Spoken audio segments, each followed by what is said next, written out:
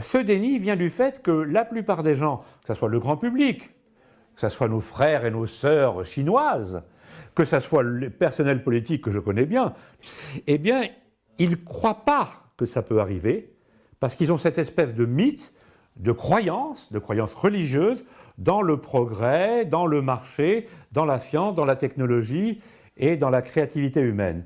Donc, ils sont sincères lorsqu'ils disent « Non, on va y arriver, on va faire un petit peu de développement durable et de transition énergétique et écologique. » Ils sont sincères. Ils ne peuvent pas penser que quelque chose d'aussi atroce que l'effondrement puisse arriver. Et c'est normal. Et c'est d'ailleurs pour ça, je vais plus loin, c'est pour ça que l'effondrement va arriver, parce que le déni est général.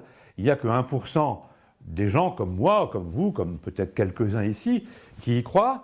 Et pourquoi on ne peut pas y croire? Eh bien parce que c'est ce que le philosophe Gunther Anders appelait un phénomène supraliminaire.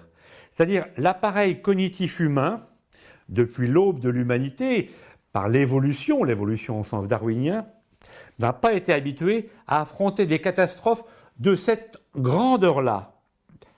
On a affronté des catastrophes, des guerres, depuis des milliers d'années, mais des catastrophes où c'est la survie de l'espèce en tant que telle qui est en jeu, on n'est pas équipé, on n'a pas les neurones branchés pour ça. Donc c'est un phénomène qui est inacceptable pour notre esprit, et c'est pour ça d'ailleurs que ça va arriver.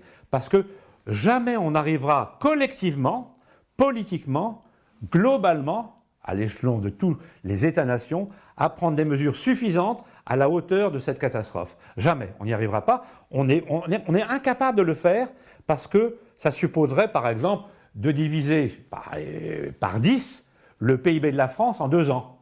Eh bien, aucune personne, que ce soit les plus humbles parmi les plus humbles, que ce soit M. Macron ou d'autres, n'acceptera ça. Et donc, ça nous tombera sur le nez, alors que les éléments objectifs de cette catastrophe sont déjà là, présents sous nos yeux.